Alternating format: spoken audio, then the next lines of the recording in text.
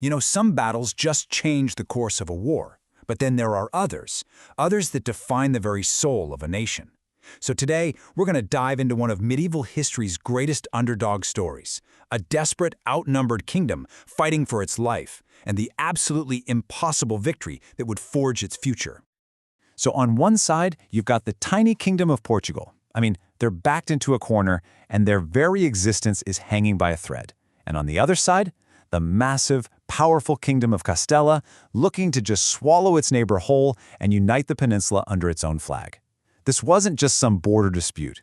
For Portugal, this was everything. This was do or die. And just look at these numbers. I mean, it's staggering. The Portuguese were outnumbered almost 5-1. The Castilian army was this behemoth, over 30,000 soldiers strong, packed with powerful allies. Portugal? They could barely scrape together 6,600 men. It was a mix of knights, infantry, and, this is key, a group of veteran English archers. Seriously, how on earth could they possibly win this? So how did it even get to this point? Well, to really get the battle, you've got to understand the crisis that started it all.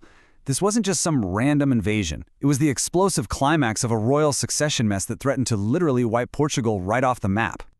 Okay, so here's the quick rundown of how things went down. In 1383, the King of Portugal dies. No sons. His only heir is his daughter, and she's married to the King of Castella.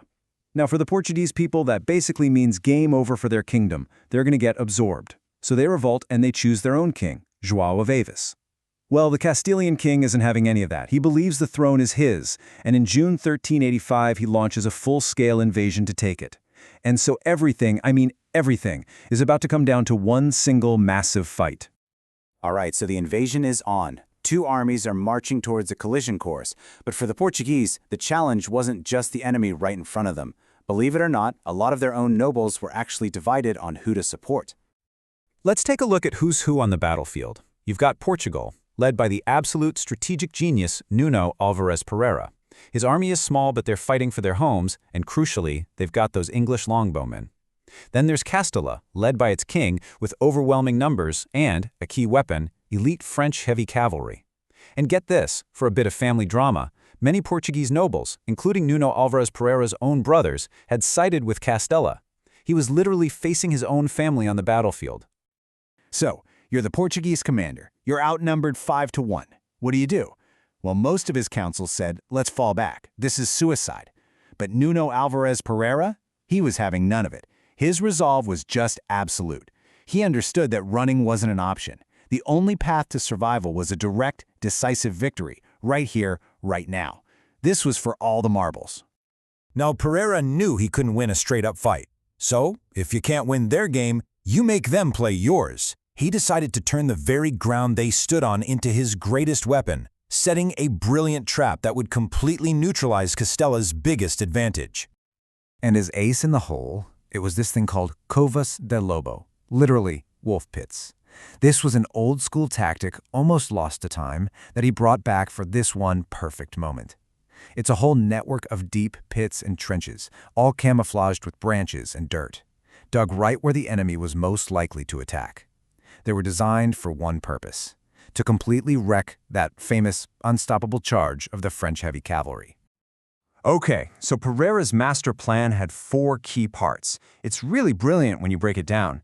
First, he picks the perfect spot, a small hill with streams on both sides so no one can flank him. Second, his men get to work digging those wolf pits and setting up sharp wooden stakes. Third, and this is the really clever bit, he sets up his army on the wrong hill at first, just to bait the Castilians, to make them move and circle around right into the spot he prepared. And finally, as that huge army moves, the terrain just squeezes them, funnels them into this tight, messy bottleneck, straight into his killing zone.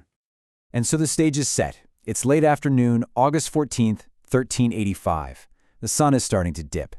And the Castilians, they're arrogant, they're overconfident. They see the tiny Portuguese army and think, let's just crush them now and get this over with. That one decision, to attack right then, would seal their fate. The next hour would literally decide if Portugal would even exist. The battle starts with a sound like thunder. It's the pride of the Castilian army, right? The elite French cavalry. They lower their lances, and it's just this full-tilt charge straight at the Portuguese lines. They're expecting to punch right through them like they're not even there. But they don't hit infantry, they hit the trap. Suddenly, horses are tumbling, armored knights are crashing into these hidden pits. The entire charge, all that unstoppable momentum, it just collapses into this absolute chaos, a total unmitigated disaster for them. And while they're all tangled up, helpless, stuck in the pits, the Portuguese and English archers just let loose. It's a storm of arrows and crossbow bolts raining down from the sky. It turns that killing zone into a complete slaughterhouse. So the Castilian infantry sees their star players getting decimated, and they start pushing forward to help. But this is exactly what Pereira wanted.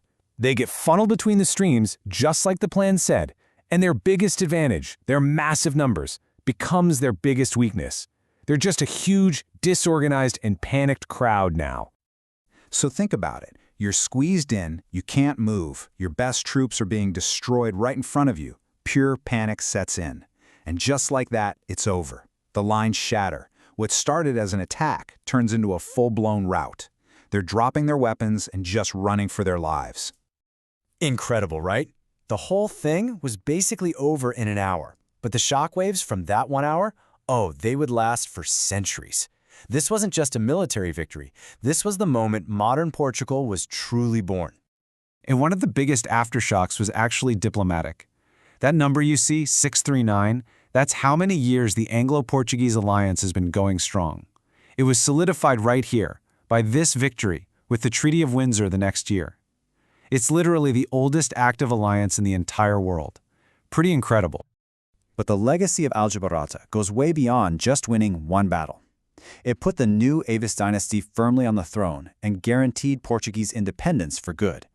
That amazing monastery of the battle, it was built to say thank you for the victory.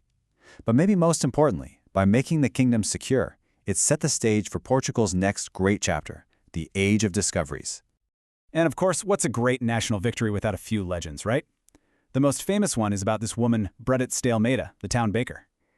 Legend says she found 7 Castilian soldiers hiding in her giant bread oven after the battle, and, well, she took care of them with her baker's peel. Now, is it true? Probably not. But it's a fantastic story that shows you just how total this national resistance felt. So, when you look back, Aljubarrota is so much more than just a battle. It's this incredible reminder that sometimes sheer numbers don't matter as much as a brilliant plan and the guts to see it through. It really makes you wonder, doesn't it? How many times in history has everything, the fate of an entire nation, come down to one single brilliant idea?